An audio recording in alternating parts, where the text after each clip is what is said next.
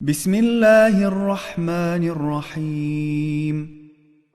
يا من لا يرجى إلا فضله، يا من لا يخاف إلا عدله، يا من لا ينتظر إلا بره، يا من لا يسأل إلا عفوه، يا من لا يدوم إلا ملكه، يا من لا سلطان إلا سلطانه، يا من لا برهان إلا برهانه، يا من وسعت كل شيء رحمته، يا من سبقت رحمته على غضبه، يا من أحاط بكل شيء علمه.